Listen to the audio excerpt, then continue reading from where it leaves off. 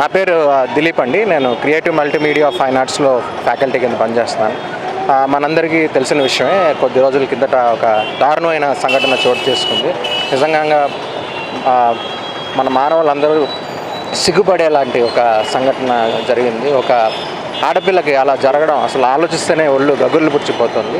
So creative multimedia fine arts students అందరూ ఈ ఘోరానికి సానుభూతి తెలియజేస్తూ ఇలాంటివి మళ్ళీ జరగకుండా ఉండడం కోసం ఈ ర్యాలీ చేయడం జరుగుతుంది.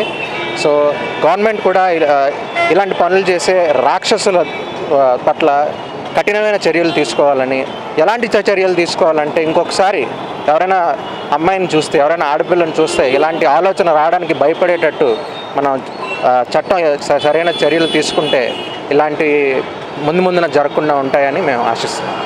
ఇది రెండు వైపుల గురించి జరగాలండి. ఒకటి గవర్నమెంట్ సైడ్ నుంచి జరగాలి, మంచి రూల్స్ రావాలి, వీళ్ళని కఠినంగా పనిష్ చేయడంతో పాటు ఇప్పుడు ఇది ఒక నినాదం వస్తుంటుంది, ఎడ్యుకేట్ ద గర్ల్ చైల్డ్ అని. అలా కాదండి, ఎడ్యుకేట్ ద బాయ్ చైల్డ్ అనే ఒక నినాదం ముందుకు రావాలి. అంటే ఒక స్త్రీ పట్ల ఒక మగవాడు ఎలాంటి ఆలోచనలు ఉండాలి, ఎలాంటి ఆలోచన విధానం అనేది ఉండాలి అనేది స్కూళ్ళలో కానీ కాలేజీల్లో కానీ ఎడ్యుకేషన్ కరికులంతో పాటు అది కూడా చెప్పి స్త్రీల పట్ల మన వ్యవహారం ఇలా ఉండాలి, ఒక మన అక్కడికి చెల్లికి మన ఇంట్లో మన అమ్మకి ఉండే రెస్పెక్ట్ ఇవ్వాలి అనేది మన ఎడ్యుకేషన్ సిస్టంతో పాటు దాన్ని కూడా కలిపి బోధిస్తే వచ్చే తరాల జనరేషన్స్ వాళ్ళ ఆలోచన విధానం కరెక్ట్గా ఉంటుంది అనిపిస్తుంది. అంటే ఓన్లీ ఇది మనం పోలీస్ వాళ్ళనో లేకపోతే మన ప్రభుత్వమే కాకుండా మన సైడ్ నుంచి మన పిల్లల్ని చేసే అబ్బాయిని చేసే అప్బ్రింగింగ్లో కూడా కొంచెం చేంజెస్ వస్తాయి. ఎడ్యుకేషన్ సిస్టంలో కూడా వీటి రిలేటెడ్ లెసన్స్ గట్రా వస్తే చాలా మార్పు జరగవచ్చు.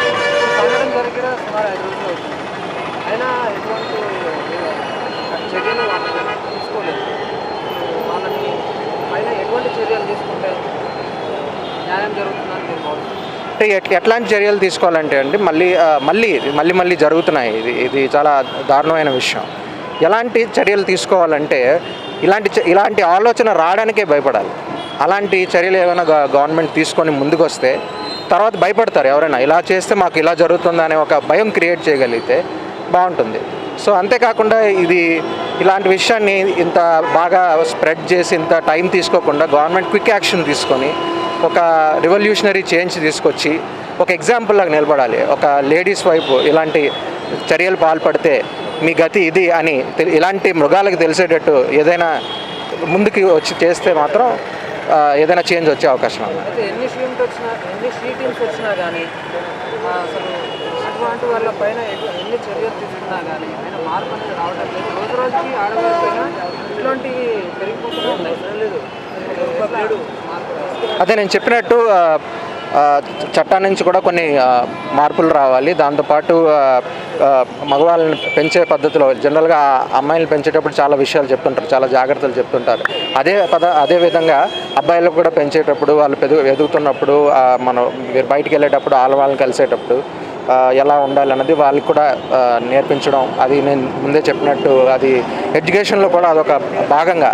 అంటే రిలేషన్షిప్స్ అనేవి ఎలా మెయింటైన్ చేయాలి, ఒక ఏజ్ వచ్చిన తర్వాత అబ్బాయిలు బేసిక్గా వాళ్ళ ఆలోచన విధానం ఎలా ఉండాలి అండ్ వీటి గురించి మంచి కౌన్సిలింగ్ రెగ్యులర్గా సైకాట్రిస్ట్ లాంటి వాళ్ళు కాలేజెస్ కానీ స్కూల్స్ కానీ లేకపోతే అలాంటి టీవీ షోస్లో గట్రా వచ్చి వాళ్ళు దీని గురించి రిలేటెడ్ మెసేజెస్ కానీ ఏమైనా స్పెషల్ ఎడ్యుకేషన్ ఇస్తే దాన్ని బట్టి ఒక లెవెల్లో కంట్రోల్ అవుతుంది. ఒకటి మా గవర్నమెంట్ చట్టాలు అవి పనిచేసే విధానంలో కూడా కొంచెం చేంజ్ రావాలి. చాలా సందర్భాలలో మనిషి మద్యం సేవించినప్పుడు మానవ మృగంలో మారి ఇటువంటి చర్యలకు పాల్పడుతున్నారు.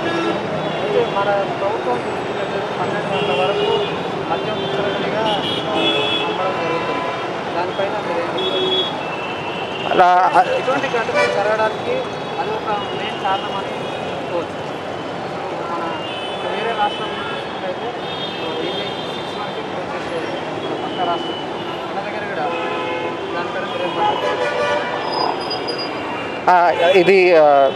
ఇది కూడా ఆలోచించాల్సిన విషయం. కానీ ఇక్కడ మనం ఆలోచించాల్సింది ఏంటంటే తాగి ఉన్నపోయినా ఆ ఆలోచన అయితే ఏదైతే ఉందో దాని మీద అది రాకుండా ఉండడం మీద చర్యలు తీసుకుంటే మంచిది. కానీ చాలా కేసెస్లో మనం చూస్తే ఇలాంటివి ఏవైతే జరిగాయో అవి బాగా తాగిన తర్వాతే జరిగినవి ఉన్నాయి. అలాగనేసి పబ్బుల్లో ఆటలో మందు కొట్టి ఇలాంటివి ఏమీ చేయకుండా ఇంటికి వెళ్ళిపోతున్న చాలామంది వాళ్ళు కూడా ఉన్నారు. సో మందు అనేది మెయిన్ పాయింట్ కాదు, ఆలోచన విధానం బేసిక్గా. సో అలాంటి సిచ్యువేషన్లో ఒక అమ్మాయి కనిపిస్తే అలా చేయాల్సిన ఒక ఆలోచన విధానం వాళ్ళు వస్తుంది చూస్తారో దాన్ని అరికట్టడానికి చూడాలి.